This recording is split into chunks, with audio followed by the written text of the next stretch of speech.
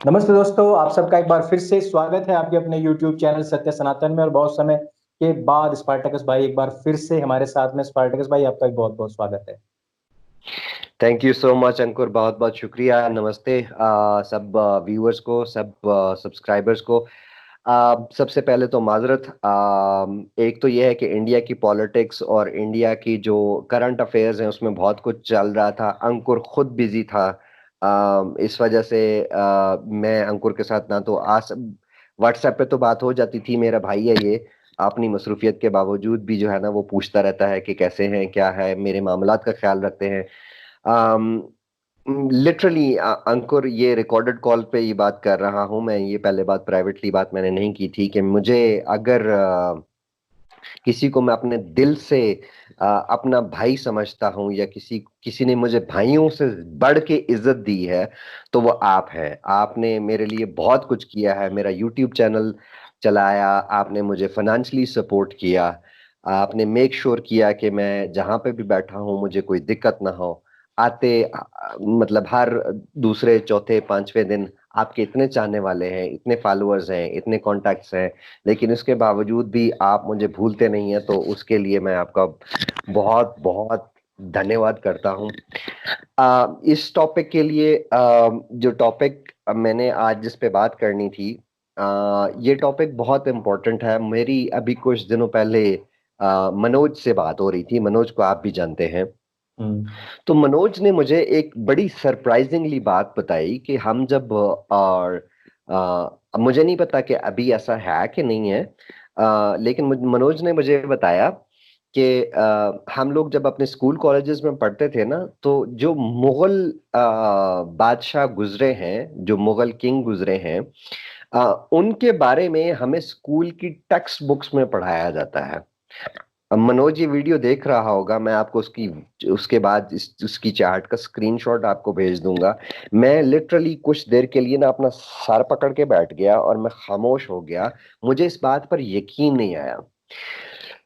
मैं अपनी political ideology के बारे में बता देता हूं आपको। आपको मालूम ही है कि मैं एक सेकुलर हूं, लेकिन मैं जब इंडिया का सेकुलरिज्म देखता हूं ना, तो मुझे ऐसा लगता है कि उस सेकुलरिज्म को कोई बीमारी लग गई है और वो सेकुलरिज्म से सिकुलरिज्म बनता जा रहा है, बल्कि पूरी तरीके से बन चुका है।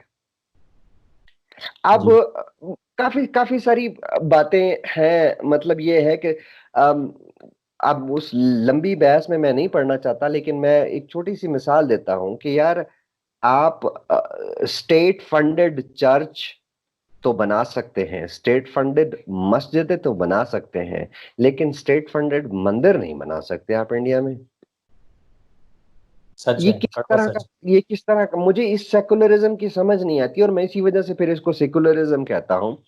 खैर, एनीवेज, टॉपिक शुरू करने से पहले तो फिर मैंने ये डिसाइड किया था कि मैं थोड़ी सी ज्यादा लंबी नहीं करूंगा। थोड़ा बहुत मैंने जो मुगलों के बारे में पढ़ा हुआ है उसके बारे में अपने दर्शकों को और आपको थोड़ी सी गाइडेंस देने की कोशिश करूंगा कि क्या ये लोग वाकई इंडियन थे, या इन लोगों को इंडिया से प्यार था, या इन लोगों ने इंडिया की जो प्रोग्रेस है, जिसको विकास कहते हैं, उसके लिए कोई काम किया या नहीं किया। मैंने कहा कि छोटा सा ना एक हमने क्या करना होता है कि हमने एक ट्रिगर करना होता है अवाम को, बिल्कुल। पब्लिक को, जो लोगों को सिर्फ एक छोटा सा आईना दिखाना होता है, और बाकी हम काम उन पे छोड़ देते हैं। वो खुद जाके यूट्यूब पे, इंटरनेट पे बुक्स पढ़ के वो सारी रिसर्च कर सकते हैं। हर हर बात हमें बतानी भी नहीं चाहिए, और हर बात का हम पे उनको विश्वास भी नहीं करना चाहिए, क्योंकि आज बिल्कुल। इंटरनेट की दुनिया है। हर तरह की डिफरेंट ओपिनियन पड़ी हुई है, तो उनको खुद रिसर्च करनी चाहिए। तो मैंने ये देखा था, मुझे बताया गया था कि यार, ये जो मुझे मनोज ने बताया कि पढ़ाया जाता है कि वो बहुत ग्रेट किस्म के कॉन्करर थे और इंडिया की फलाह के लिए कितना काम किया, विकास के लिए इतना काम किया। मैंने उसको दूसरे एंगल से देखा। मैंने इसको इस एंगल से देखा कि इन्होंने, मुगलों ने, खास तौर पे मुगलों ने हिंदुस्तान को लूटा कितना, और वो लूट के कहाँ पहुंचाया, किधर ले गए, और इसके बारे में किस किस ने क्या क्या लिखा। मैंने इस पे थोड़ी सी रिसर्च की पिछले कोई 2-3 हफ्ते से। आप यकीन नहीं करेंगे, मेरे चैनल पर जाकर देख लें, मैं सिर्फ इसमें लगा हुआ था। मैं अपने चैनल पर पिछले 2 हफ्ते से कोई एक वीडियो भी नहीं डाल रहा था, क्योंकि मेरे पास जो फ्री टाइम हो रहा था उसमें मैं इसके बारे में पढ़ रहा था, और बाकी अपनी रोजी रोटी के चक्कर में बिजी रहता था। खैर, इस टॉपिक को शुरू करने से पहले मेरी व्यूअर से रिक्वेस्ट है कि जो कुछ भी आज मैं हूं, एक्स मुस्लिम स्पार्टैकस, आप लोगों के प्यार और मोहब्बत की वजह से हूं। और ये प्यार और मोहब्बत मुझे मजीद चाहिए। मेरा चैनल 65,000 तक तो चला गया हुआ है, लेकिन मैंने अंकुर को शायद लास्ट टाइम चैलेंज दिया था 50,000 का, वो उसने पूरा करवा दिया है। तो अंकुर साहब, आपके लिए अब अगला चैलेंज जो है ना, वो चैनल को 1 लाख पे ले जाने का है, मेरी और हमने वीडियोस उसकी में। शुरुआत की स्पार्टकस भाई, और हम दर्शकों को मैं एक बार फिर से बता दूं कि इसीलिए की थी क्योंकि हम जब दोनों भाई बैठते हैं तो एक एक घंटा निकल जाता है बातचीत का, वीडियोस बहुत लेंदी हो जाती हैं। तो हमने यही सोचा था कि बहुत छोटे में जो आपको एकदम ट्रिगर कर सके, और जिनके पास बहुत कम टाइम है वो एक्स मुस्लिम स्पार्टकस यूट्यूब चैनल पर जाएं और वहां पे किसी भी चीज को बहुत जल्दी से कैच करें। जिन लोगों को बहुत लंबी स्टडी करनी है तो सत्य सनातन पे हमारी जो प्लेलिस्ट पड़ी हुई है उनको देखें। और इस अच्छा, तरीके से। हम्म। प्लेलिस्ट से याद आया, एक्स मुस्लिम स्पार्टैकस की प्लेलिस्ट आपको सत्य सनातन चैनल पे मिल जाएगी। वहां पर बिल्कुल। हमने एक सीरीज शुरू की थी, फिर इंडिया में कोरोना आ गया और पॉलिटिक्स में भी भूचाल आ गया, और फिर ये सारा वो शाहीन बाग वाला इंसिडेंट शुरू हो हम्म। गया, तो हमने, और फिर मेरी कुछ हेल्थ का डाउन चली गई, तो हमने उसको पॉज कर दिया था। तो हाँ। व्यूअर्स के लिए ये इंफॉर्मेशन देना चाहता हूँ, या एक अनाउंसमेंट है कि हम उस सीरीज को दोबारा कंटिन्यू करने लगे हैं। मैं अंकुर के साथ ये वीडियो कर लिया करूंगा, अंकुर आपको बता देंगे कि किस डे वो पब्लिक हुआ करेगी। तो अब वो उस सीरीज को जो है ना, वो हम कंप्लीट करेंगे। उसमें 2 4 5 वीडियोस रह गई हैं, तो वो कंप्लीट करेंगे। और जिन लोगों को नहीं मालूम कि उस सीरीज क्या है, तो आपको ये बता दूं कि अगर आपने रियल हिस्ट्री ऑफ इस्लाम के बारे में जानना हो, तो अंकुर आर्या के सत्य सनातन चैनल पर जाएं। उसकी प्लेलिस्ट में एक्स मुस्लिम स्पार्टैकस ने इस्लाम की रियल हिस्ट्री, कहां से कहां तक, कब तक, कैसे क्या हुआ, वो 15-20 वीडियोस हैं, वो जरूर देखिए। आपको बहुत ज्यादा जानकारी मिलेगी इस्लाम के बारे में। आते हैं टॉपिक की तरफ अंकुर। जी। अब हमें खास तौर पे पाकिस्तान में, इंडिया में, जो हमें बताया जाता है, पढ़ाया जाता है, वो ये बताया जाता है कि अंग्रेजों ने जो है, अंग्रेजों के जो म्यूजियम्स हैं या जो उनके खजाने हैं, वो हिंदुस्तान की लूटी हुई दौलत से भरे पड़े हुए हैं। ठीक है, अब उसमें एक बड़ी प्राइम एग्जांपल कोहिनूर की दी जाती है। कोहिनूर आज भी उनके कब्जे में है, उन्होंने वापस नहीं किया। लेकिन और इस चीज को, जो अंग्रेजों ने हिंदुस्तान की दौलत लूटी है, अब मुझे थोड़ा सा टाइम दीजिएगा, मैं इसको थोड़ा फोकस करके बोलना चाहता हूं। अंग्रेजों ने जो दौलत लूटी है, इस बारे में कोई दो राय नहीं है, ये बिल्कुल सच्ची हकीकत है। इसको बहुत सारे हिस्टोरियंस ने रिकॉर्ड भी किया है। लेकिन दौलत की लूट मार जो शुरू हो रही है, वो शुरू हो रही है इस्लामी हमलावरों से। हम्म। इस्लामी जो इन्वेडर्स थे, इस्लामिक इन्वेडर्स थे, उन्होंने हिंदुस्तान पर अंग्रेजों से ज्यादा अरसे तक हुकूमत भी की और दौलत भी लूटी है। और उस दौलत को लूट के, जिस तरह अंग्रेजों ने अपने इलाके में अपने जो कंट्री थे वहां ले गए, उसी तरह इस्लामी इन्वेडर्स ने भी जो हिंदुस्तान की दौलत लूटी, उसे अपने अरब में, पर्शिया में, टर्की के एरियाज में, मतलब तुर्क में, और सेंट्रल एशियन जो उनके अपने आबाई इलाके थे, जो जो पूर्वजों के इलाके थे, उधर तक पहुंचाया। एक और चीज जिसके बारे में आपको बहुत कम पढ़ने को मिलेगा, जानने को मिलेगा, कि ये जो मुस्लिम इन्वेडर्स थे, इन्होंने लाखों हिंदुओं को गुलाम भी बनाया, स्लेव बनाया। जी। और लाखों गुलाम हिंदुओं को एक सिस्टमैटिकली हिंदुस्तान से एक्सपोर्ट किया जाता था। हिस्ट्री का हिस्सा है कि अफगानिस्तान में सिस्टमैटिकली, बाकायदा तौर पे हिंदू गुलामों की मंडियां लगती थी। जिस तरह मंडी लगती है और वहां जाके आप अपनी मर्जी की, मंशा की जो चीज खरीदनी होती है खरीद सकते हैं, इसी तरह बाजार लगते थे, हिंदू गुलामों के बाजार लगते थे। थोड़ा हिस्ट्री की तरफ पीछे चले जाएं कि इंडिया क्या था इकोनॉमिकली, तो आपको पता लगेगा कि फर्स्ट सेंचुरी से लेकर 10th सेंचुरी ईस्वी तक हिंदुस्तान दुनिया की टॉप इकोनॉमीज में से था। लेकिन जब मुस्लिम इन्वेडर्स ने अपना काम दिखाना शुरू किया, इन्होंने सबसे पहले क्या किया कि हिंदुस्तान की जो यूनिवर्सिटियां हैं वो तोड़ी, कॉलेजेस तोड़े, स्कूल तोड़े, इकोनॉमिकल सिस्टम को बर्बाद किया, लोगों की मजहबी जिंदगी को बर्बाद किया, लोगों की सोशल लाइफ को जो है ना वो बर्बाद किया। सबसे पहला अटैक जो मुस्लिम इन्वेडर्स ने किया था वो इस लाइफ पे किया था। अब बहुत सारे लोगों को पता नहीं है और बहुत सारे लोग ये समझते हैं कि मोहम्मद बिन कासिम जब आया था तो उसने सिर्फ जो है वो सिंध की जो सी वाली साइड है, सी पोर्ट वाली जो साइड है उस पे कब्जा किया था। ऐसा नहीं है।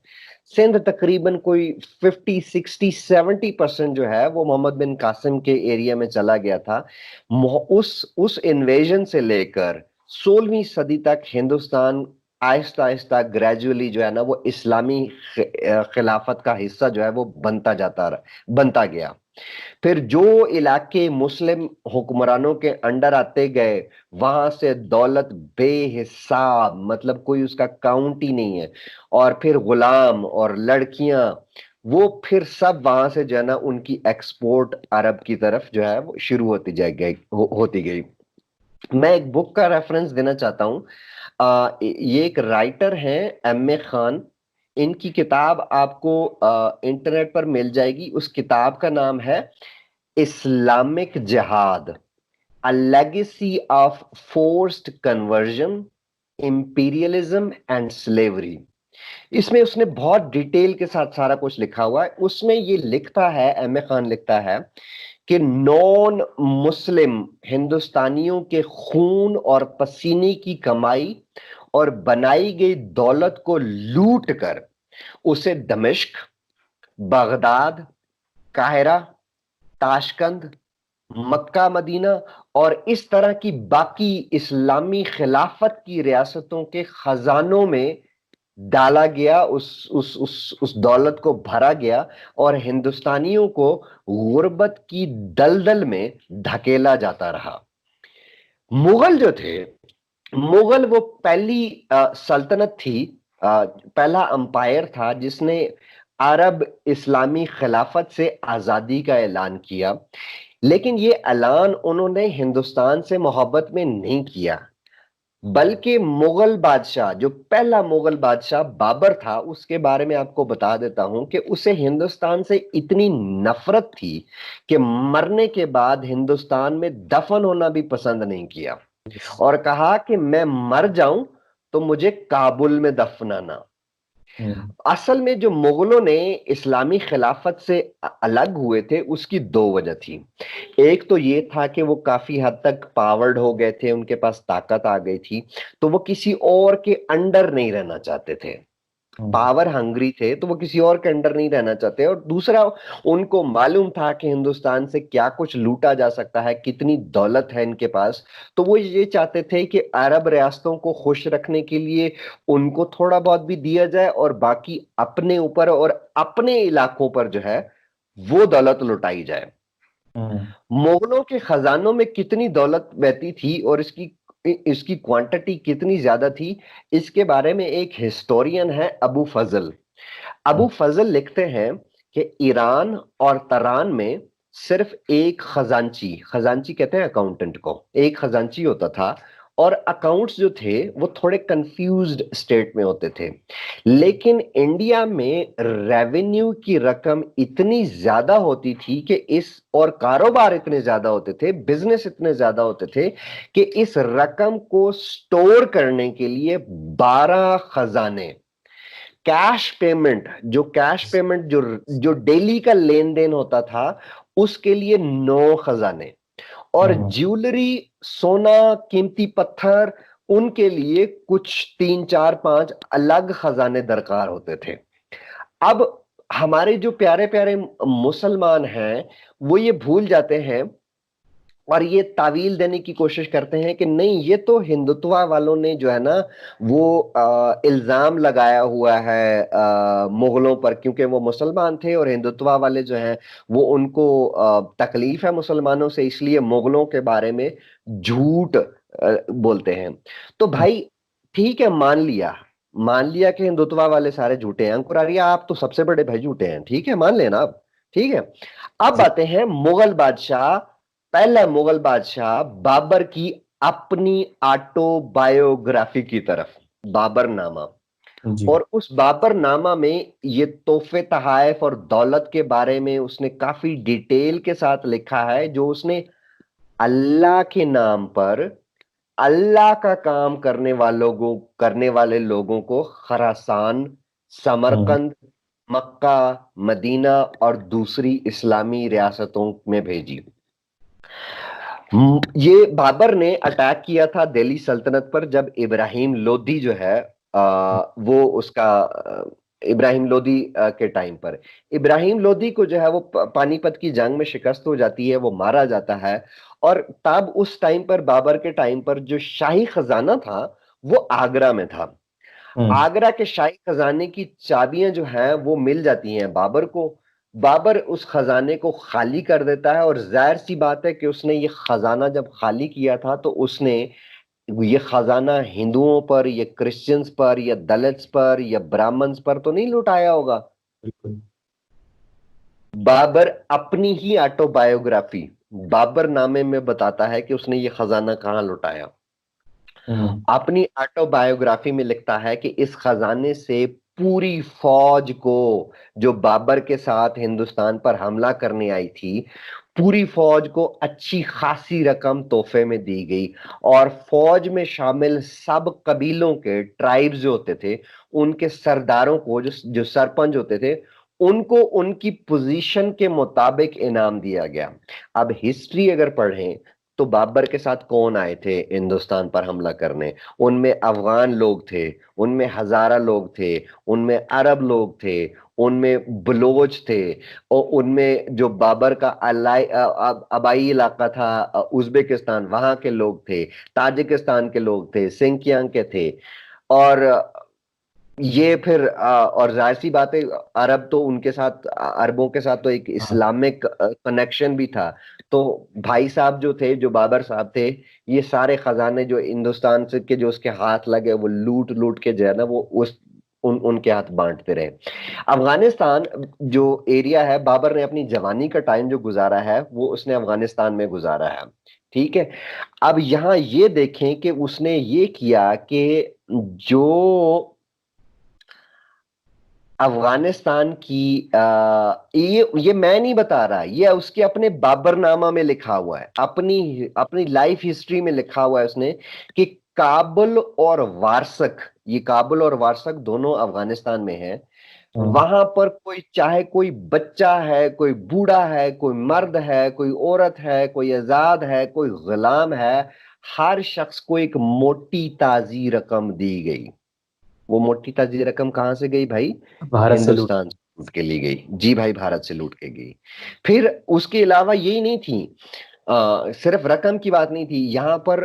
अ- अगर आप जो चमड़े की जैकेट्स बनती हैं ना, ये हम्म। बहुत चमड़े का जो लिबास बनता है, ये बहुत एक्सपेंसिव होता था, आज भी बहुत एक्सपेंसिव है।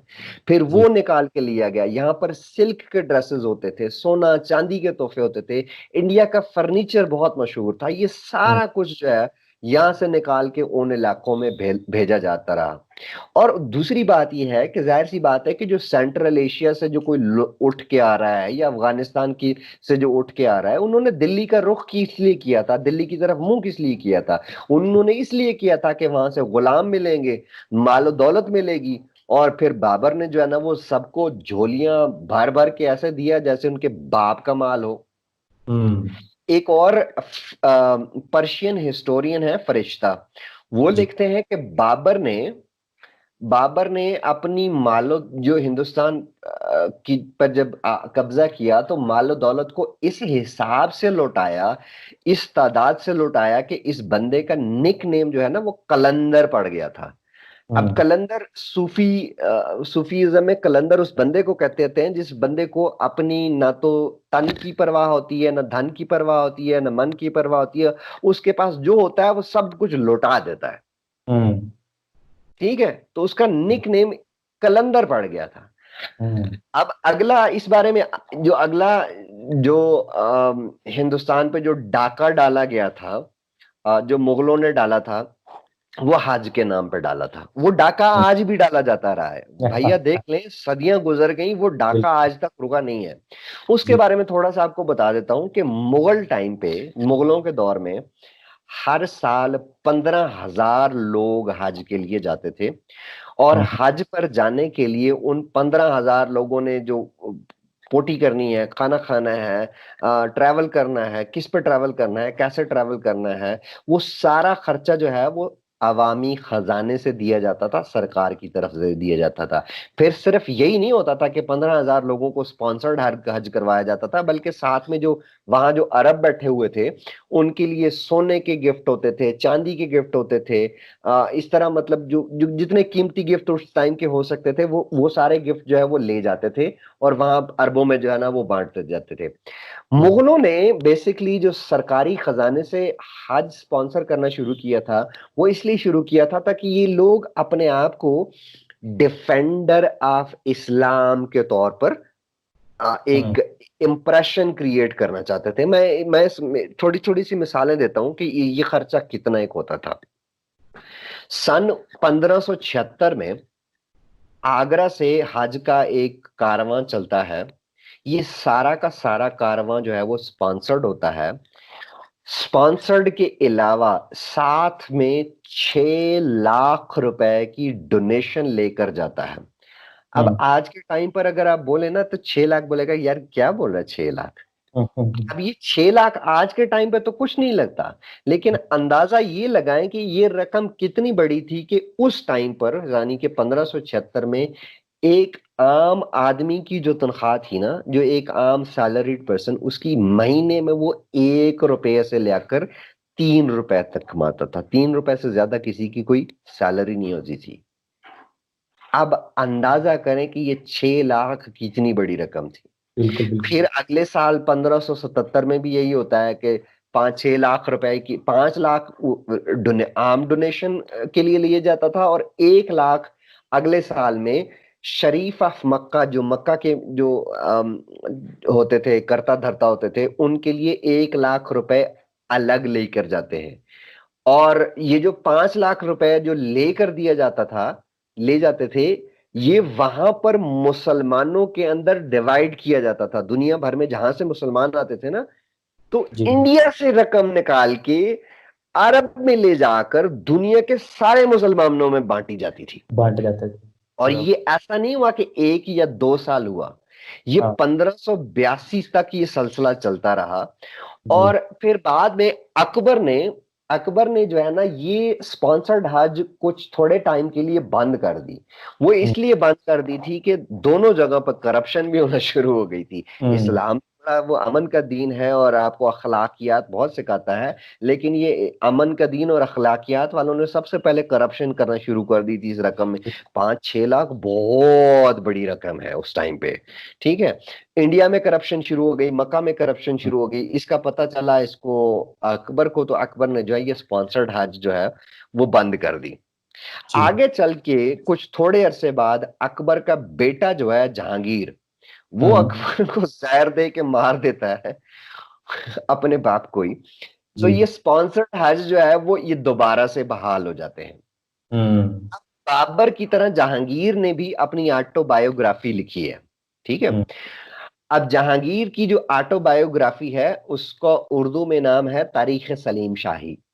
तारीख अच्छा। सलीम शाही में जहांगीर लिखता है कि अब ये थोड़ा गौर से सुनिएगा, ये थोड़ी हम्म। अगर आपको समझना है तो मुझसे दोबारा पूछ लीजिएगा, जी मैं जी उसको जी। एक्सप्लेन भी कर दूंगा। तारीख सलीम शाही में जहांगीर लिखता है कि मेरे बाप के दौर में, मेरे हम्म। बाप के दौर में, अकबर के दौर में, सल्तनत के बड़े बड़े शहरों में जो मजहब के वजीर होते थे, जो तारीख के यानी इतिहास के जो स्टूडेंट होते थे, या जो कानून के यानी लॉ के स्टूडेंट होते थे, उनको रियासत की तरफ से यानी स्टेट की तरफ से डोनेशन दी जाती थी। ठीक हम्म। है, मैंने यानी जहांगीर कहता है कि मैंने अच्छा। अपने वालिद के इस असूल को बढ़ाया, इस काम को बढ़ाया, और हेरात यानी अफगानिस्तान, कि अफगानिस्तान के सैयदों में से मीरा सदर जहां को हिदायत की कि ये काम ना सिर्फ मेरी स्टेट तक या मेरी सल्तनत तक लिमिटेड किया जाए, बल्कि गैर मुल्कियों यानी पर्शिया के लोगों को, रोम के लोगों को, बुखारा के लोगों को और अजरबैजान के लोगों को भी इंडिया से पैसा मिले। अच्छा जी। जी भाई। और ये कहते हैं कि हमारे लोगों ने तो यहाँ का पैसा यहीं लगाया, यहीं तरक्की करी, कहीं बाहर नहीं भेजा देखो। और ये इन्हीं के खुद के ही लोग ही लिख रहे हैं अपनी ऑटोबायोग्राफी में।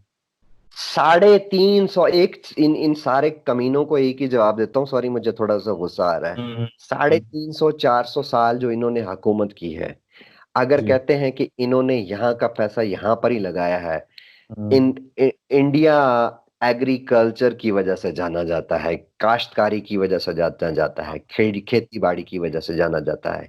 350-400 सालों में इन हरामजादों ने एक नहर बनाई, और वो भी हिंदुस्तान का पानी नजफ की तरफ ले जाने के लिए। जी जी जी जी।